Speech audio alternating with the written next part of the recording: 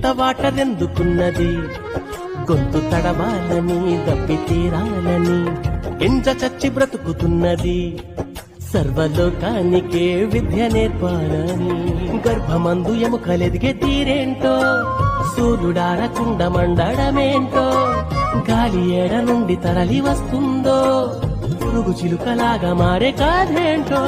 స్పేసుకే శాటిలైటులే పంపగలిగిన ఈ సైన్స్ కైనా తెలుసునా. అలా కడలిలో అలా ఎగసి పడుతూ పరుగులిడుతూ తీరాన్ని చేరాక ఆగేది ఎందుకలా, ఎలా జరుగుతోందిలా చిలిపి కొయిలా పసిడి వెన్నెలా, తెలుసునా నీకైనా ఈ వింత ఏమిటలా.